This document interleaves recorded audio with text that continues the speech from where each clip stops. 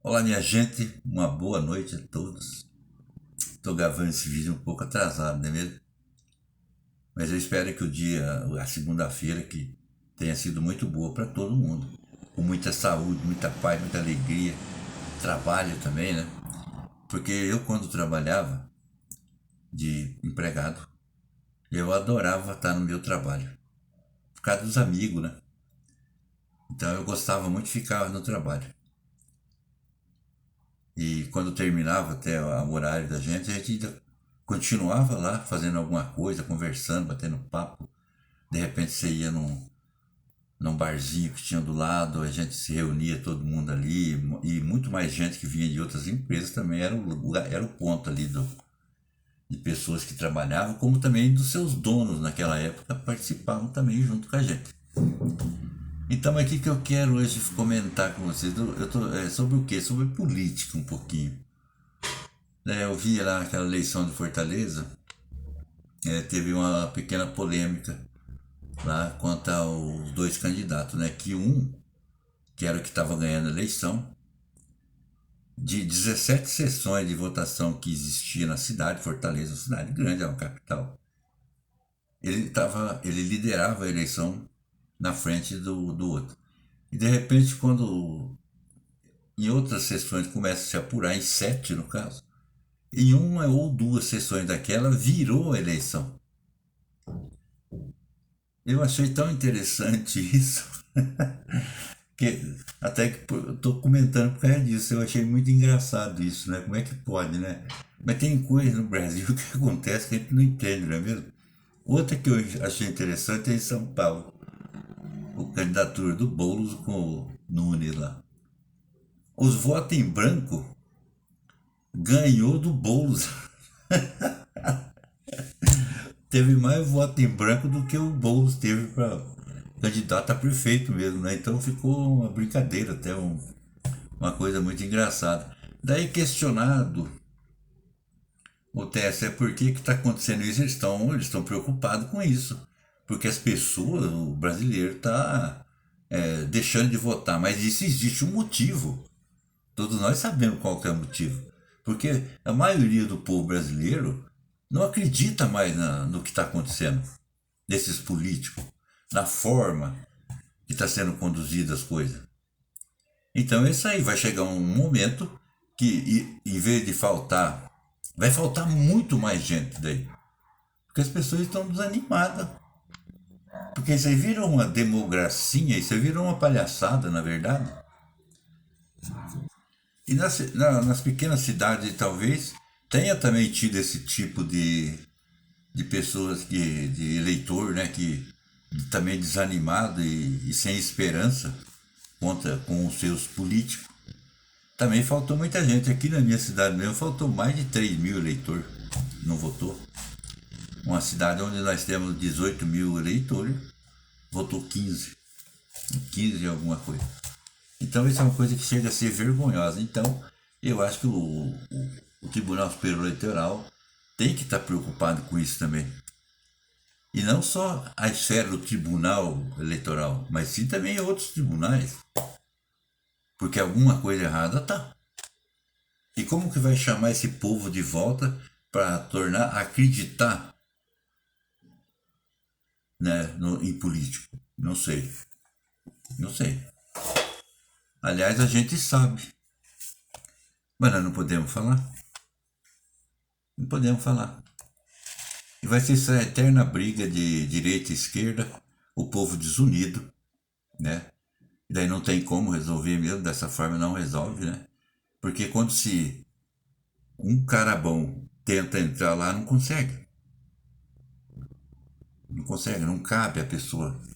Uma pessoa honesta, uma pessoa que tem interesse em trabalhar pela população brasileira, né? Lá tem que entrar nos esquemas. E quem não entra no esquema tá fora. Não consegue. Porque lá é só interesse, é poder. É poder, é poder. Nós temos valor, todos essa falta dos eleitores não ir votar, por quê? Porque nós somos importantes só na hora desse voto. E ainda muito mal informado de quem são essas pessoas. Aliás, nós somos bem informados, mas nós não podemos falar. Nós só temos que votar, escolher entre os ruins o melhor, né? E quando nós colocamos algum bom lá, a gente sabe que ele não vai fazer nada. Então aí vem esse desânimo, né, para a nossa população, para o nosso povo brasileiro, a desesperança que existe, né? Eu não sei quando isso vai acabar, não sei. Daí eu vou contar um caos de um prefeito que existiu aqui na nossa cidade, que eu não votava nele. Sempre ele procurava, eu era conhecido dele, claro. Porque na cidade pequena todo mundo conhece todo mundo, né? E eu sempre votando contra ele. Mas ele, na verdade, ele era um político que fazia as coisas, sabe? Mas ele ficou muito rico. Eu acho que é porque ele trabalhava demais, ele ficou rico demais, sabe? Mas quando ele ganhava a eleição, ele era uma pessoa muito bruta, sabe? Era cavalo para dar coisa nos outros, era dois palitos. Então as pessoas tinham essa crítica em cima dele. Então, como eu também peguei essa implicância com ele, porque eu vi uma vez ele desacatar uma pessoa humilde, um colono nosso aqui, lá dentro da prefeitura, porque não tinha votado nele.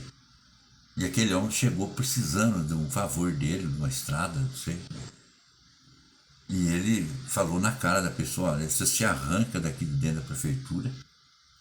Eu não faço nada para você porque você só votou contra eu toda a vida. E eu não tenho nada a ver com você. Pode sair daqui.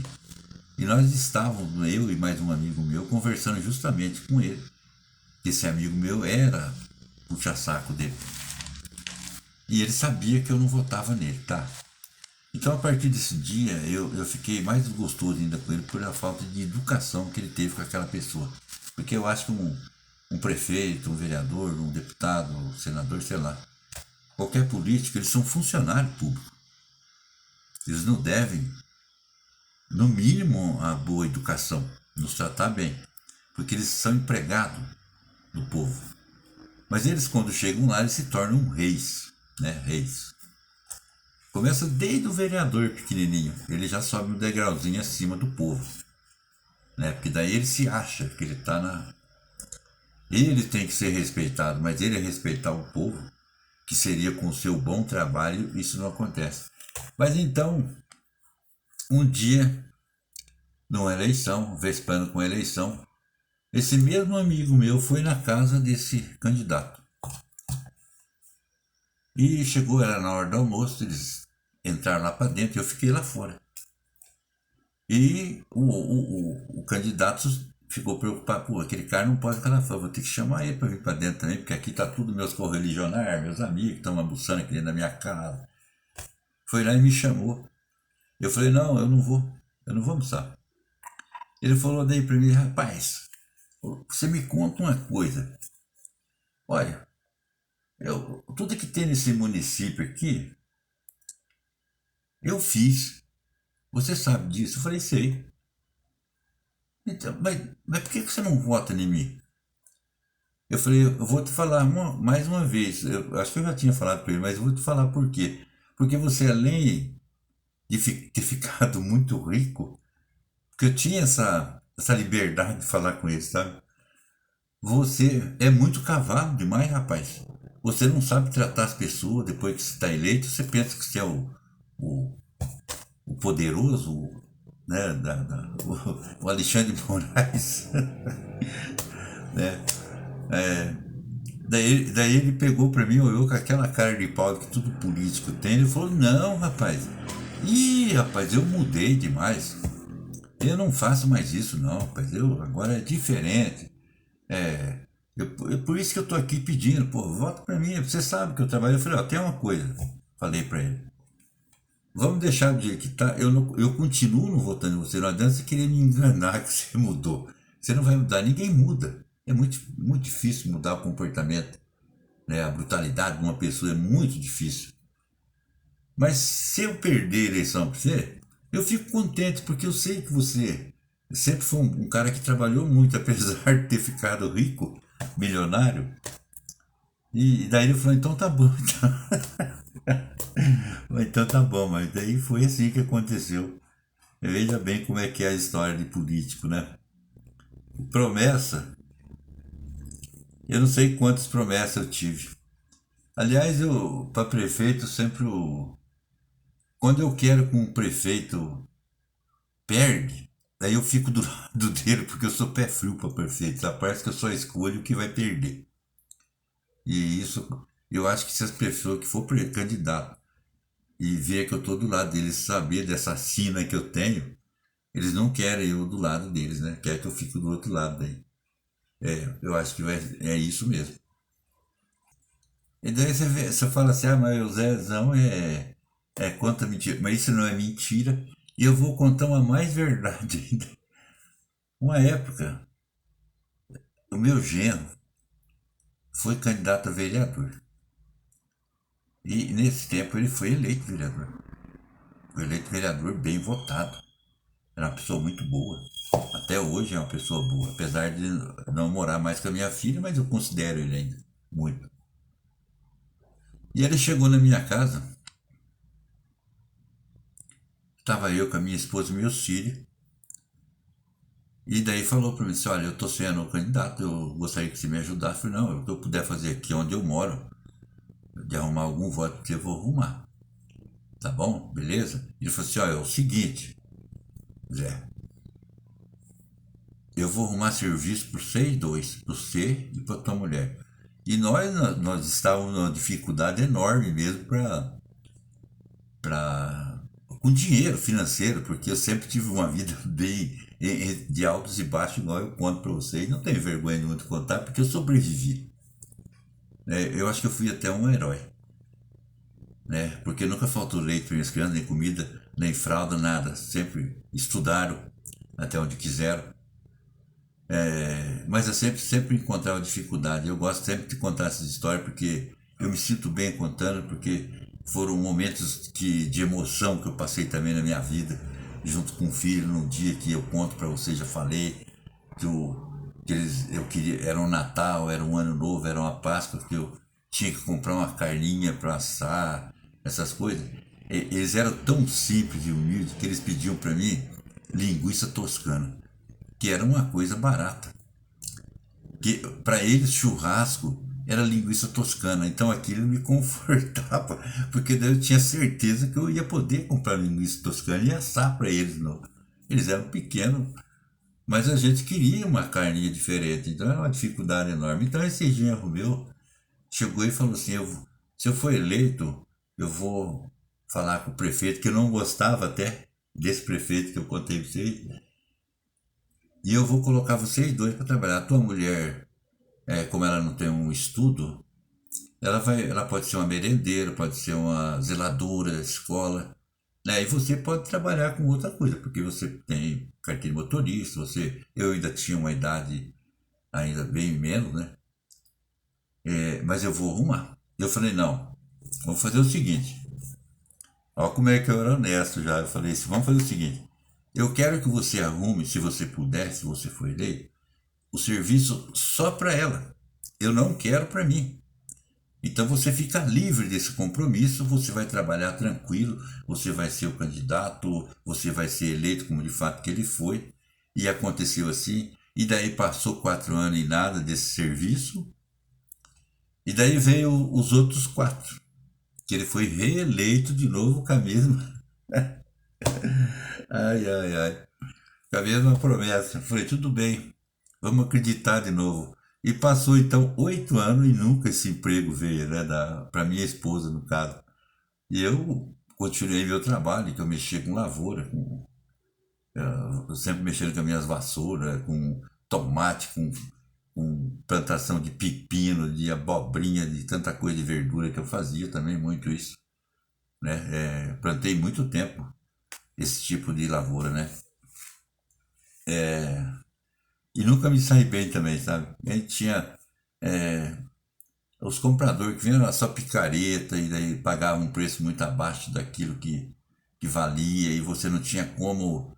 sair para uns mercados melhor, né, com Ceasa, porque era tudo longe. E daí você ficava preso com aquele comprador que, na verdade, ganhava tudo, né? E a gente ganhava só a merreca mesmo, só dava para talvez continuar com a lavoura e plantar de novo, e assim era. Porque nós plantávamos muito pepino. Plantávamos assim, tipo, de 3 em 3 mil pé, tudo envarado, tudo arrumadinho, em sequência, sabe? Quando estava terminando um de colher, o outro já estava começando, e assim era a sequência. Então ia vários meses assim. Porque o pepino era uma planta que com 50, 55 dias você está colhendo.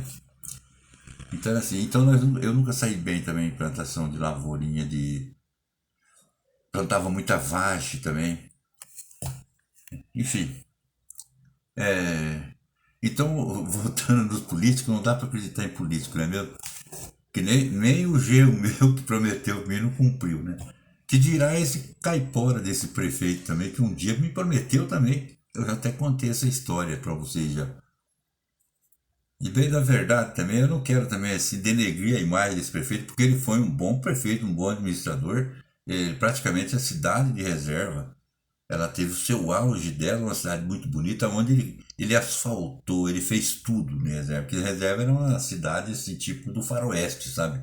Antigamente. E quando ele entrou prefeito pela primeira vez, esse homem só não fez chover, e assim ele deu continuidade no trabalho dele. Ele foi prefeito por 5 vezes aqui, né? Porque ele era bom, né? Mas ele foi melhor. Não, ele não, ele é falecido, mas ele foi bom. Inclusive, a minha mulher só votava nele por causa do favor que ela tinha recebido uma vez. Ela nunca deixou de votar nele, mas eu sempre desconfiado por ele, não votava nele, não. Então era assim, já. Esse é o vídeo de hoje, é meio engraçadinho, né, só para descontrair mesmo. E político, gente, fique esperto. Fique esperto. Só mais uma engraçadinha, eu também trabalhei com um candidato a prefeito, muito amigo meu até hoje que é. Um cara forte, muito mais forte que eu.